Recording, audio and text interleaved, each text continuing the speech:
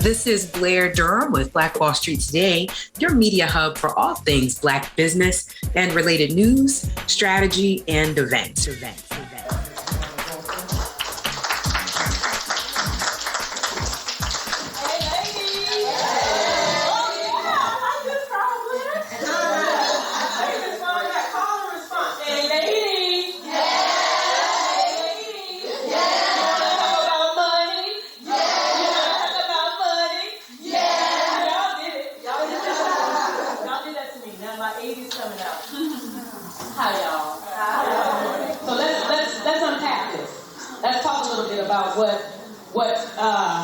What we were told. And I say we, because as I went around the table, it felt like I was at my mama's house around these tables, because I've heard just about everything. I think there might be one in here that I ain't never heard before. Blair, I think Blair got that prize. But I think most of it, you're going to find some commonality in this room. So let's talk. Let's chat. Which group wants to go first? If you don't, I heard said if you don't volunteer, I'll volunteer you. All right. You want me to say all of them? What's your name?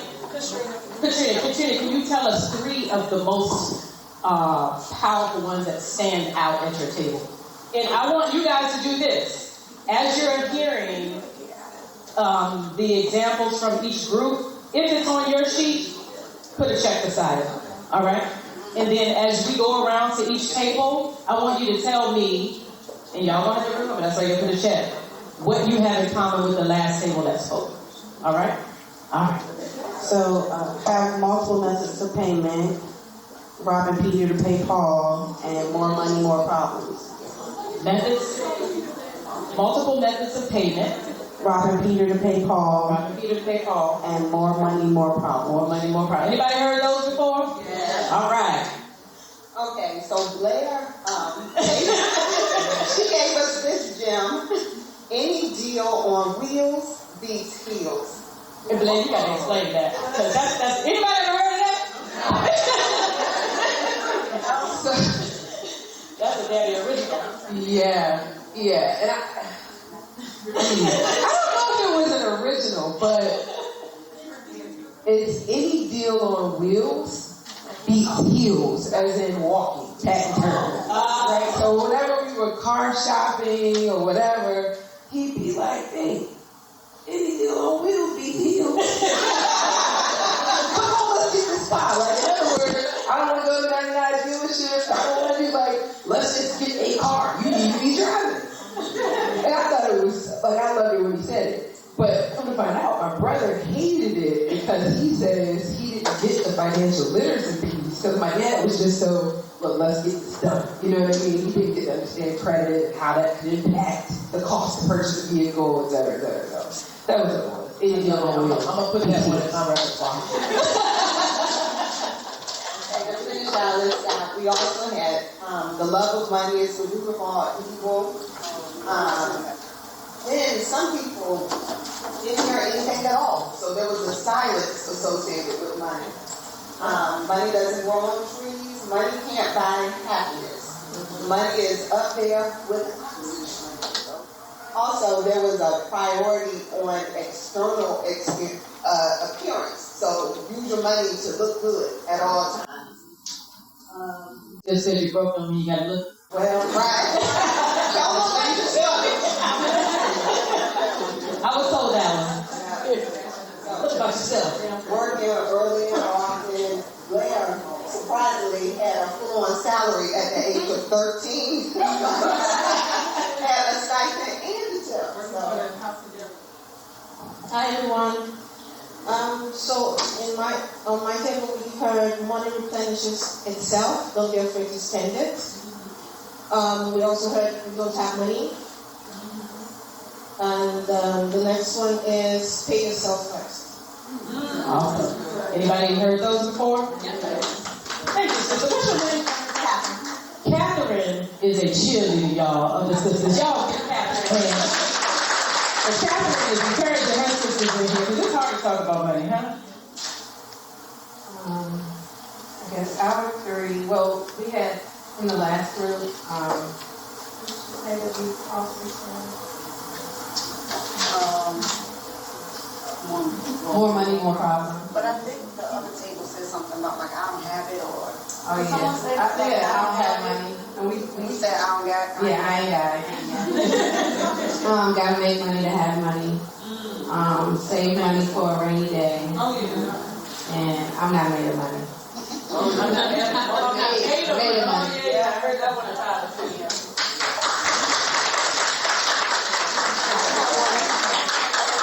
Two I wanted to add. We got McDonald's at home. You got some McDonald's money? That's the one. And then you have to work hard to make money. I actually hear that more now.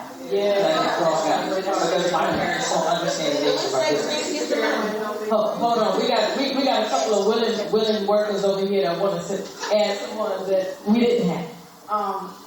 I said it wrong. Gotta spend money to make money. Got to spend money to make money. And mine was money never sleeps. Money never sleeps. Yes. We got one back here. You got one. Go ahead. Make money, don't let it make you. Yep. Heard that one too.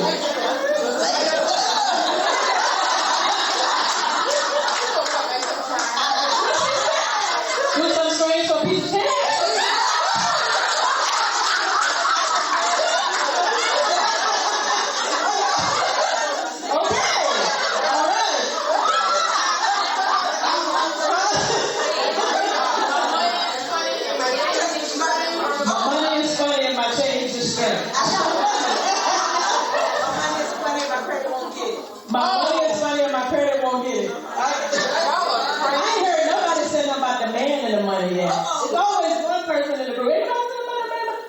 About your man and your money. Don't mess with my man and don't mess with my money. My family likes to say if your right hand is itching, that means money coming to you. Yes! I still say that. Yes! My grandma says that. My hand itching. I got one. You got one? Why would I spend mine when I can spend yours? That's a good one. That's your kid. This is good. Don't let your left hand know. Don't let your left hand know what your right hand is doing. Heard that too. Oh, money ain't good money. I got a friend that said it all the time. Stop counting other people's coins. Stop counting other people's coins. Don't mix your money with your honey. Don't mix your money with your honey. Like don't mess with your coworker. Yeah. Yeah. I thought it was meant like I ain't gonna get mine. Get a little tricky.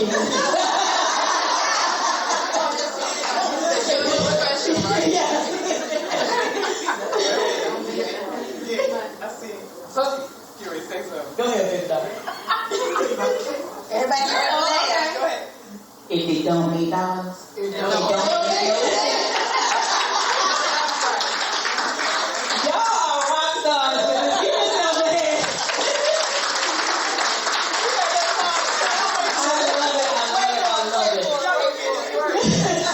Emphasis in all, right? In all, right. Listen, I know as a people, and it's not just, I was sharing with Mr. Seiko while you guys were in yoga, it's not just us as a culture that have a hard time discussing money, it's everybody. I talk to different groups, different cultures, different shades, hues of melanin, and we all are in the same storm. We may not be in the same boat, because our boat might be a little tricked out a little different than others, but the storm is the same.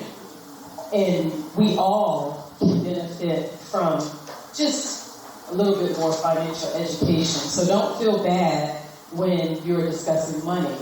You should feel like you're in good company in here, because all of us were told the same stuff, if you think about it. Now imagine if we were told principles that could actually help us to grow our money. If we could actually have been told that, imagine the power we would have had younger.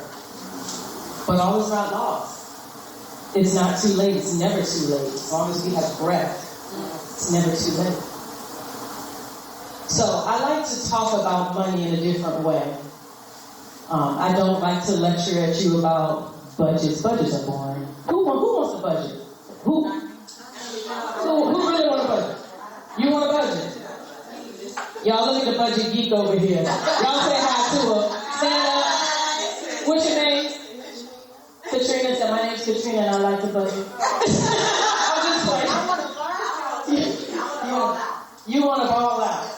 So you want an expense account. Yes, I do. Where there are two areas in an expense account, assets and liabilities.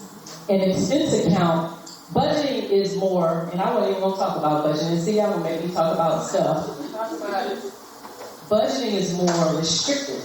Yes, it is. Nobody want to do that. Just teach you how to strength and save and live a halfway life where you never get to the life where she says, what does balling out mean? Well, to me, falling down, because I have this thing that I say to myself that one day I'm going to be able to walk into any store that I want and be able to get or purchase or afford anything that I want. Not necessarily mean that I'm going to buy it, but I want to be able to afford it if I want it. Yes, and you deserve that. I do that right now at the Dollar Tree. Right.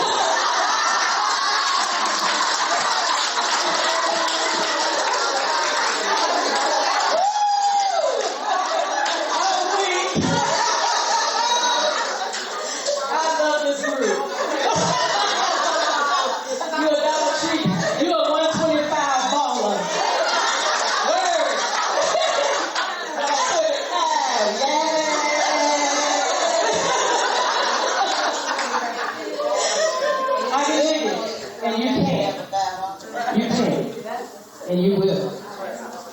You absolutely will. So the reason why I don't use the term budget again is because it's restricting. I use the term expense account cash flow because an expense account cash flows through that account, and you're deliberately, intentionally watching your assets and your liabilities, and you're trying to minimize your liabilities and have more assets and have those assets pay for your liabilities. So that's why I use the word budget. Budget just says to stay within your means, live within your means, scrimp and save, just have barely enough to make it from paycheck to Monday. That is not sexy. That is not fun. Paycheck to Monday. That is not sexy at all. Okay, so we're not going to talk about budgets in here. All right. If we talk about those principles, we're going to talk about expense account. But what I came here to talk to you guys today about is mindsets, money mindsets. That's why we did that exercise, because a lot of times we don't even realize all of the messaging that we have inside of us until we take time to do exercise like this. Y'all didn't even know y'all had all that in common, did you? You didn't know other people were being told that stuff, did you? Everybody's being told the same messaging. Some people are being told simple stuff like money don't grow on trees, and some people are being told nothing. Nothing. Being told nothing. Okay? So who am I? I'm Tijuana Gholson. I'm the girl of, y'all like that picture? I'm the author of Gurl, What You Gonna Do With Your Money? And I wrote that book because of us. And I can safely say that in this room because everybody looks like me.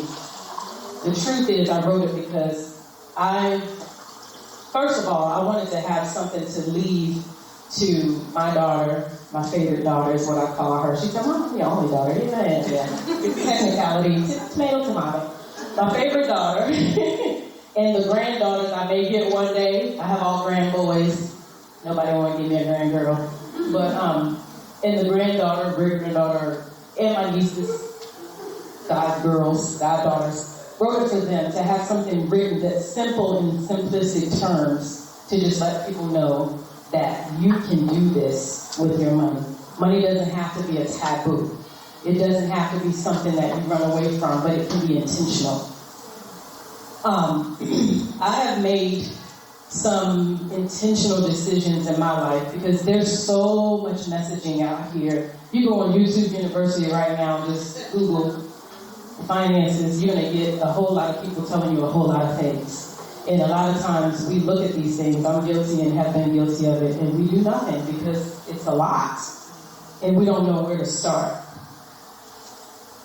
So, my hope in the book was to not, there's some principles in there, of course, but to also give you the messaging that you can do it if you shift your mindset. Because a lot of what we do is based on what we think, what we've heard, what we've learned, and guess what? How we feel about money. Yeah, I said it, feel. Money comes with an emotional component. I heard someone, I want to say at this table, or it might have been this table, as I was walking past, saying that someone in their family shopped when they felt bad. Whose table? That was you. Shopped when they felt bad.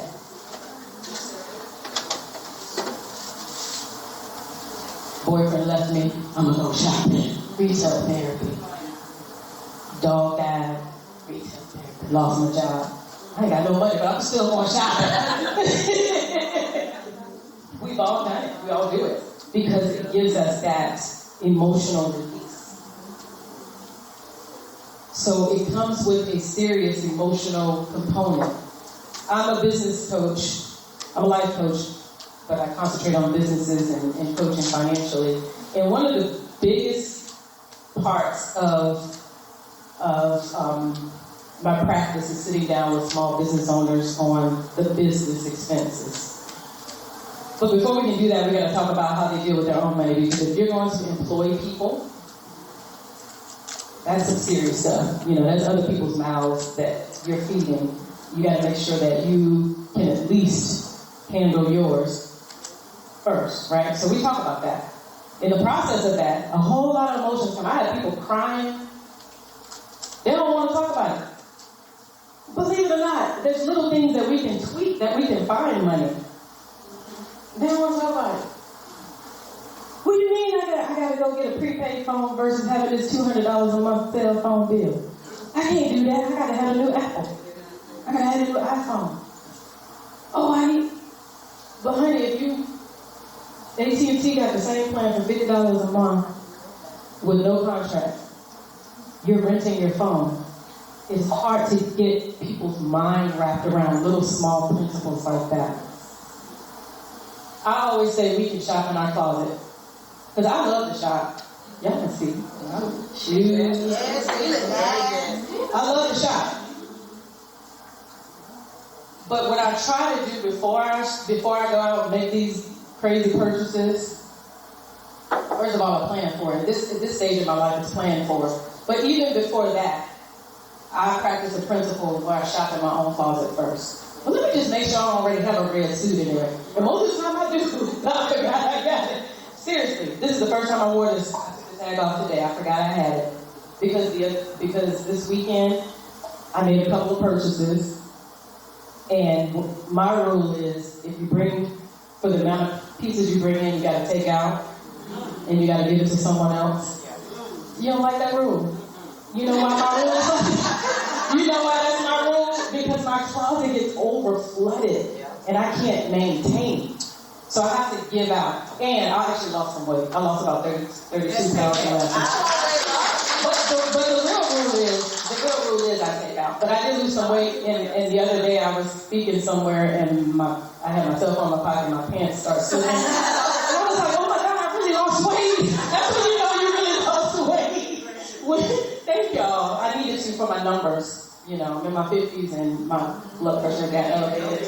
And I ain't playing around. I'm not playing around with that, y'all. You know.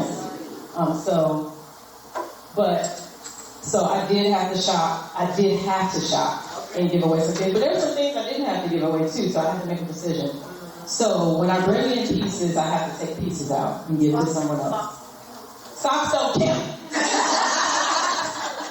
It's gotta be comparable. You bring pants in, you take pants out. You know, back in the day when New York and Company was hopping, I used to have those coupons. So I used to shop there all the time. I went in my closet and, kid you not, I had 30 pair of pants, black pants, same black pants. I kept buying them over and over because they were on sale. That's excessive. So that's why I have that rule. If you bring something in, you take something out and give it away. So my friends enjoy it. They love, when I give it away. Because a lot of times I hardly wear it. Because I wear the same. We're creatures of habit. You wear the same thing every day. I wear the same stuff every week. And if I'm exercising, it's yoga pants. So I never get around to the pretty clothes anyway. So anyway, let's not get off on all that. Okay, what was I talking about? I need to stay focused. Okay, so. Oh, I was telling you guys about myself. Tijuana Gholson, business owner. My husband and I, we chose on our financial path. Everybody's financial path is different. Everybody's road to financial freedom is different. Everybody's idea, and I love how you said, my idea of balling out. Because her idea, what's your name? Sparkle. I love that name. I'm going to remember that name. Sparkle's idea of balling out is different than Carolyn's, right? Catherine's idea. I should remember that. I always try to correlate. Different than Catherine's idea of falling out. So everybody's road to freedom, or whatever that means. Some people I have a cousin that says, as long as I got my money to pay my bills, I don't care about nothing else. That ain't me. I need some money to do some other stuff. Because I got an affinity for islands. I like to go and lay on white sandy beaches. And see water. And see the dolphins. So my idea is different. I don't want to just pay my bills. That's boring to me. If it was more challenging, then maybe, So everybody's idea, but that's fine. My cousin, if that's her idea of freedom, and that's what she wants to do, and that's her path to happiness, then there's nothing wrong with that, y'all. There's nothing wrong with that. So, your takeaway from me today, I'm going to tell you what your takeaway is. Mindset. Think about our mindsets. And you're going to see that in the book when you guys get a chance to read it. It's only 14 chapters, so read a chapter a day. Don't overwhelm yourself. I know you're busy women. You got other things to do than read Tijuana's book. But I guarantee you it's going to bless your soul. I tell a few stories about my life and then give you some principles weaved in there too. But think about your mindset. Let's think about the exercise that we just did. All of the stuff that we were told about money. And you can take this principle in anything in life, about your relationship with your significant other, with your friends, your relationship with your children, your relationship with your coworkers, anything. There's messaging on money deep down inside. I'm going to challenge you guys to do something when you get home, or you can write it down now so you can remember. But get a blank sheet of paper out, draw a line down the middle. Now, I got this principle from my husband and I. We had a rough patch in our marriage about 20 years ago. We've been married 31 years now. About 20 years ago, we were trying to figure it out. Do we like each other anymore? Do we believe in marriage anymore? All that. We're doing all that. Yeah, y'all looking at me that tone of voice, but I'm pretty sure some other people here had that too, right? And guess what? We went to counseling. Black people went to counseling. Y'all give us a hand. We went to counseling. And we were in there acting like straight children. You on one side of the couch folded up, I'm on the other side of the couch folded up. And we talking about, that ain't what I heard, that ain't what my family told me. That. And the counselor was like, shh. Who told you that? My mama said that. Who told you that? My daddy said that. And the counselor said, okay, let's do this. Because y'all got everybody in your marriage but you. Get a piece of paper out. This is what I'm telling y'all to do now, because I practice this now in my practice. It's a great tool. And I just so happen to have a master's in counseling too. So draw a straight line down the middle, blank sheet of paper. On the left-hand side, Write down everything about money. And we're just doing this on money, but you can do it on anything. You can do this exercise with your significant other, what you feel about relationship. Well, write down everything that you heard about money. More money, more problems. Penny saved, penny earned. Don't use credit. All that stuff. Write it all down. Everything that you heard, good and bad. Then go down the list. I don't care if it's 100 items. Try to think of everything you can. Try to dump it out because it's in your computer brain. Try to dump that thing out. When you get to your 100th thing, because there's going to be a lot in there, go down each one of them. What you believe, check it. Keep it. What you don't believe, cross it out. And I mean, the simplest thing, if you don't believe in more money, more problems, don't keep it. Cross it out. But on the other side of that line, write what you believe. Write a response to that. Just the ones you cross out. Just the ones you cross out. The ones you believe. The ones you don't believe, write a rebuttal to it. More money, no more problems. No. For me, I don't believe more money, more problems. I believe more money, more opportunity. Okay? Now, I also have to educate myself on how to exercise that money because my husband and I, in one of our businesses is very lucrative. We're in healthcare. And when we were younger in our business, we made a lot of money really fast. And we weren't prepared for it. And neither was our CPA at that time. We didn't even realize that we had the wrong CPA. She specialized in nonprofits, in churches. Should have known because our pastor but she didn't understand. She couldn't grow with us. She was fine when our business was making $10,000 a month. She was even fine when it was making $100,000 a month. But when they got over that, she didn't know what to tell us to do with our tax bracket. And we were paying taxes like... I still have the paperwork. We owed the IRS one year $145,000. Still got the paperwork. Keep it, to remind us that we're never doing that again. And that was the hardest bill to pay because the IRS interest rates you pay and they don't go down. So we ended up having to take a loan so we can get it done. But we couldn't quit. Why, y'all? Because we had employees. We have employees still, but we had employees to take care of. If we quit, then a whole bunch of people were going to be hungry and out of a job. So that's why money is so important when you are a business owner. And it's not just having the money or not.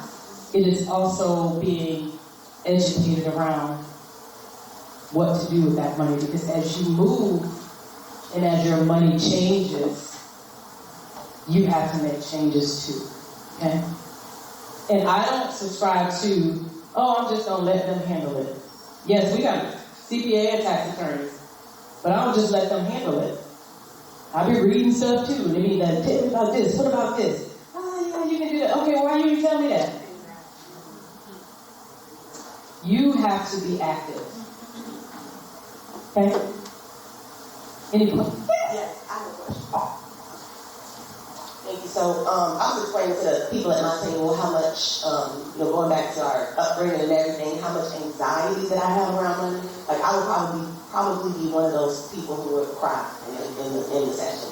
So as far as the exercise that you suggested go, or just, in general, what if you're going through that list and you do believe that more money, more problems? And like, where do you go from there? What advice do you have about overcoming those mental barriers about money? I'm even hesitant to even do the exercise just because it's an emotional, So what advice do you have on that? It's definitely real. And I can see you. I'm going to give you Like, I'm trying not to cry. When I say money, let me tell y'all something. And I think I'm in a safe space to say this too, scripture. There is 2,300 scriptures on money. It's more than faith. It's more than love. It's more than all of that. Research it. You can Google that. That's a statistic Google got for you. There's more scriptures about money than there's anything. God cares about your money. God says in scripture, in the Bible scripture, gotta be DEI correct, that God desires you to prosper just as much as your soul prospers, because, and it's serious, because your soul is that emotion. So it's a twofold thing. Your pocketbooks need to prosper, and your heart needs to prosper. Why? Because you can't do no work without money, y'all. Come on now. You can't. There's nothing you can do in this dispensation that we live in. It's done on currency.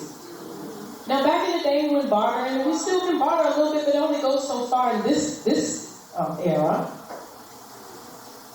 This era says cash has to flow in order for anything to happen. So we've got to get it right. Okay? And it's okay. I'm emotional about money too, and I don't have none. Woo! Be checking that out. I used to have a scarcity mentality. All right, I'm going to tell a little bit of my story. I used to have a scarcity mentality because my mother was married but single. You all get that? So you never know if Friday, if he was going to bring the money home now or drink it up. She gone now, I can tell the story. So what my mother did, she moved differently because she had kids and she wanted to make sure we was okay. So this was before Sam's Club was a thing that weren't built yet. There was that good old-fashioned layaway.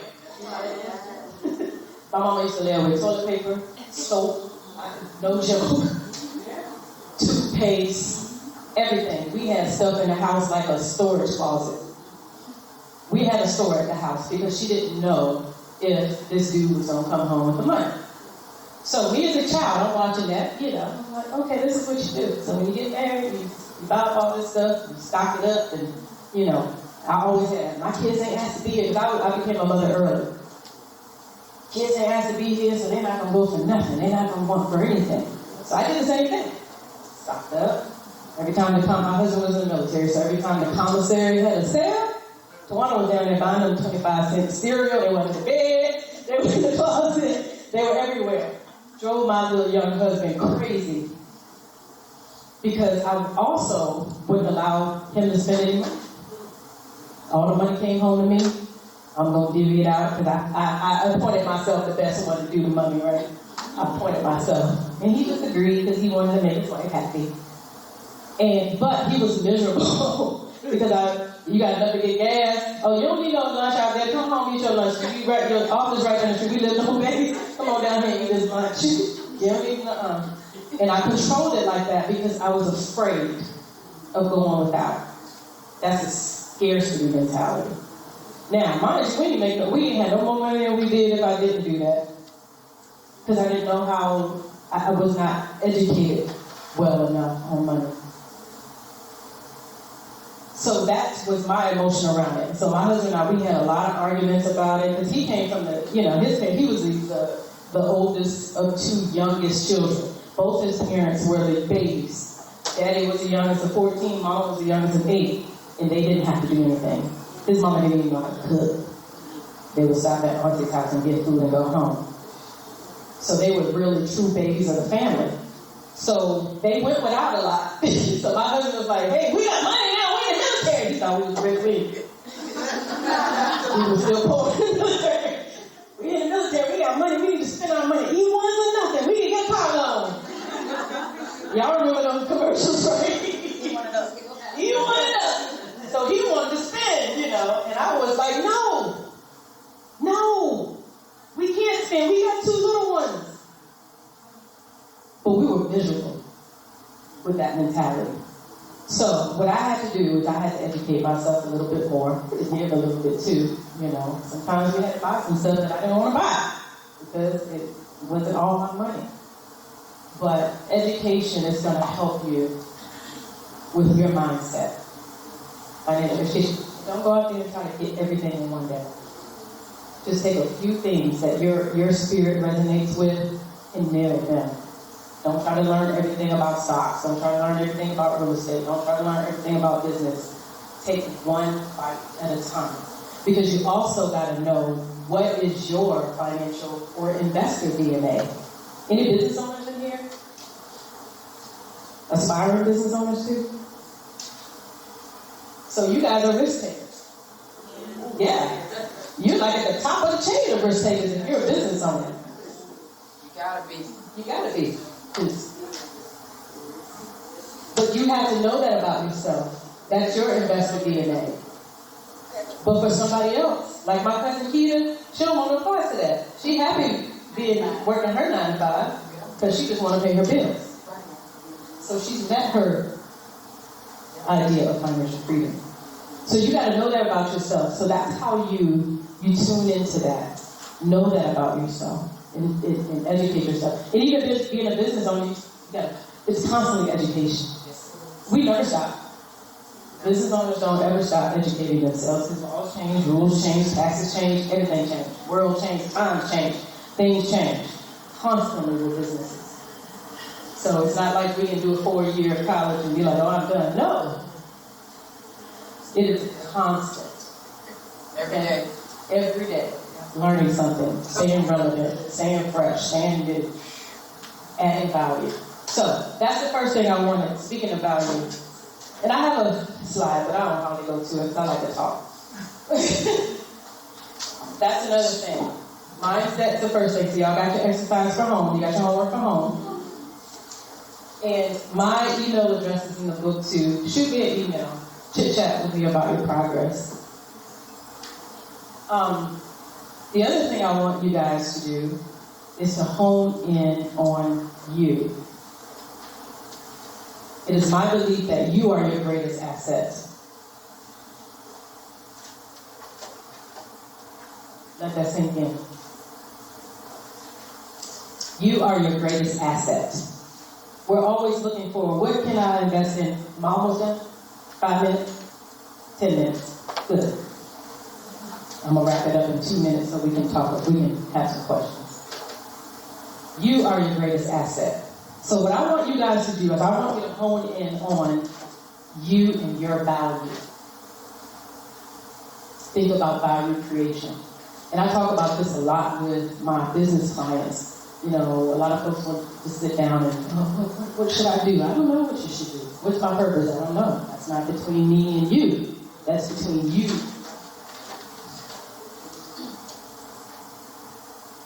But a lot of times we don't take the time with ourselves to figure that out because we've got so much other messaging, and that messaging is go to the computers because you can make a lot of money.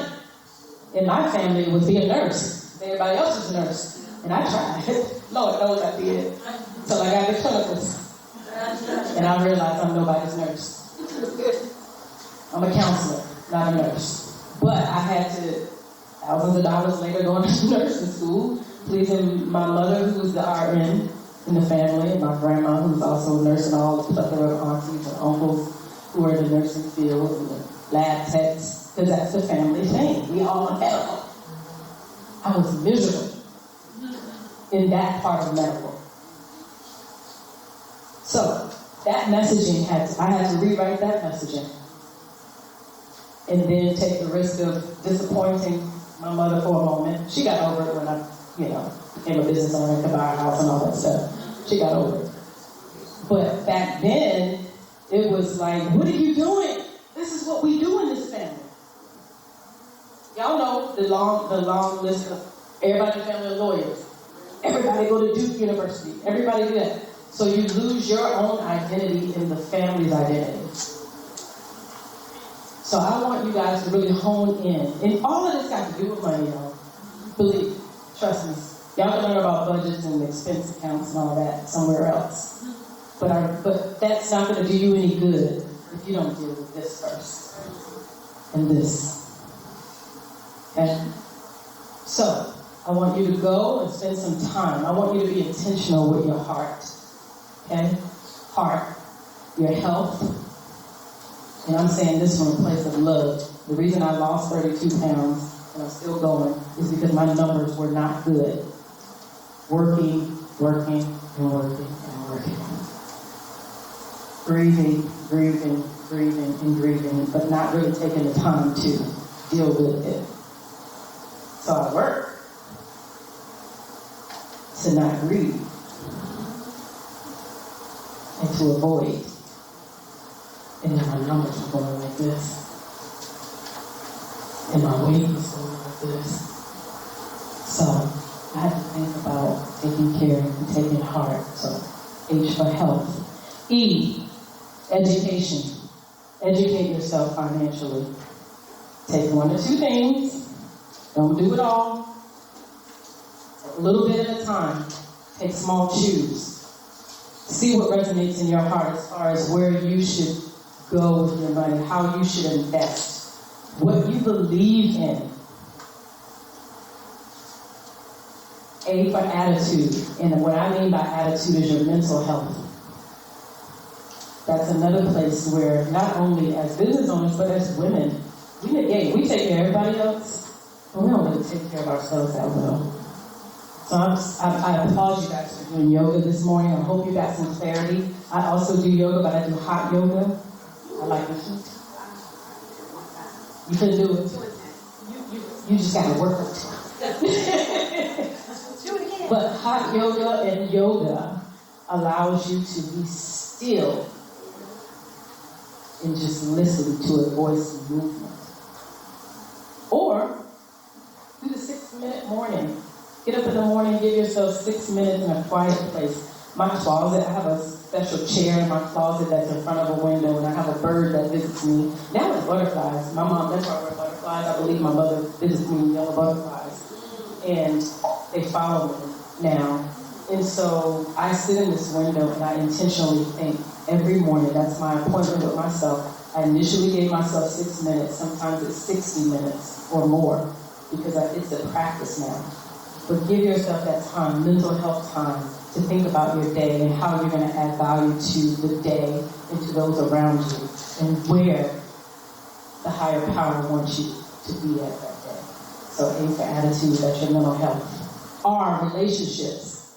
It is no good to have any money and climb the ladder and you don't have no friends to celebrate. I told y'all I love going to islands. I don't want to go by myself all the time.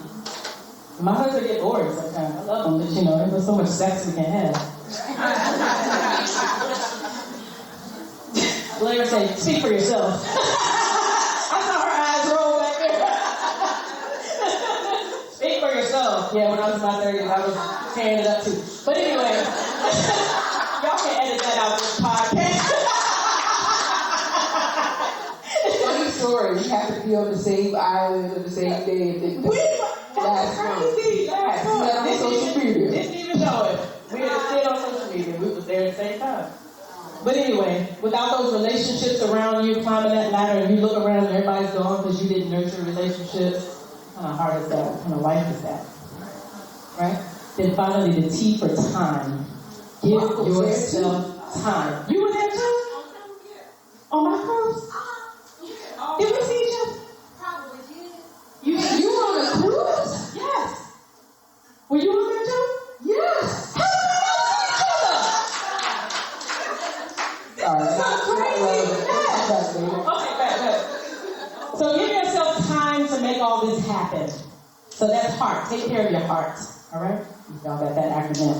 So your 2 takeaways is your mindset, challenge your beliefs on money, dig in with your mindset. 2, think about your value. What assets you bring to this world. What value can you create? Because that's where your money is, y'all. I don't care if your mama told you to be a nurse. You know you ain't no nurse, and you really can get down with social media and you can monetize that. That's where your money is. But we don't trust ourselves enough there, where our natural gifts are. We don't trust ourselves. I'm telling you to trust yourself. You are your greatest asset. None of the vehicles, financial vehicles, and I know about all of them, a lot of them, I know about a lot of them. None of them are going to help you until you get this together and you educate yourself and you know in your heart this is where you're supposed to go. I don't care if your friends say, hey, get into Bitcoin because this is the way to go. So why did I get into Bitcoin? I don't understand it. I don't care to understand it at all. But Tijuana love real estate and Tijuana love business. And I like to buy businesses and invest in businesses and have my own businesses. Because why? Because they bring me cash flow. I like my money all the time. I don't want to wait 30 years for my money. I want it every day. I want to go to the islands. Remember? That's my financial ideal financial freedom, being able to go. So I need flow. Okay? But you find out where your flow is and your DNA, your investor DNA. That's what my investor DNA says. And I got friends that say, I can't do no real estate. Nah. It's a train wreck for them. They should not do it. They should go and invest in Bitcoin. Everybody's DNA is different. Okay? Questions. Because we got 5 minutes, right, Blair? 5 minutes. And I got a question.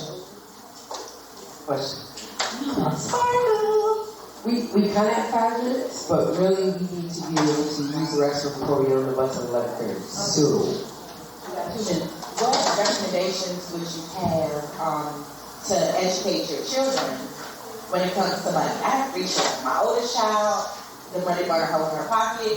My son don't want to spend it at all. He'll hold it in the bank, but he will not spend it. How old are they? My daughter will be 22 and my son is 16. He'll spend your money, but he don't want to spend his money. Okay. Do you guys have family meetings? Normally when something is going wrong. Okay. That's the best way, I think.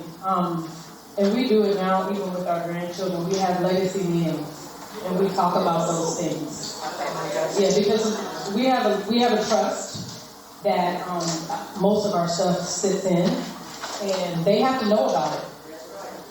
So we have to talk about it. So we have legacy meetings, and we talk about that. So it has to become a part of the conversation. You're the best. No legacy. Legacy meetings. Yeah. You are the best to be able to teach them. So educate yourself. And then you can also get Gurl, which don't do with your money for teens. It's chock full of vocabulary that I wish that we would have learned. I'm so glad Tony said that because that is so important. We have legacy meetings in our family, and I started a credit piece for my family. I have some very smart family members, and I'm not just saying that, but they're not living up to their potential. So we started the 700 Club. Everyone has to get to that point of getting their credit up to 700. And I was the leader of that. And I have some financial advisors in my family, but to sit and have these meetings, whether it's in person or via Zoom, and we meet and we talk, and no judgment. You know, let's just talk it out as a family. Because we have to build generational wealth. Because if we don't do it, who will? It's your responsibility to help take care of your family. That's huge. You build everyone else's last name, build your own.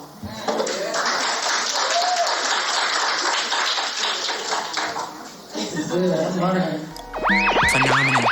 Stay with us online at Black Wall Street Today on Facebook and Black Wall Street Today on Instagram, and then follow us on Twitter as well at BWS Today. We look forward to talking again next week. Have a wonderful week. I have said, and I will continue to say, that the most important priority for the Black community is the Black community, not a particular political party. Phenomenal. Hey, yo, when I say Black, you say Wall Street. Black Wall Street. When I say Black, you say Wall Street. Black. When I say Black, you say Wall Street. Black. When I say Black, you say Wall Street. Black. Black Wall Street. Black Wall Street.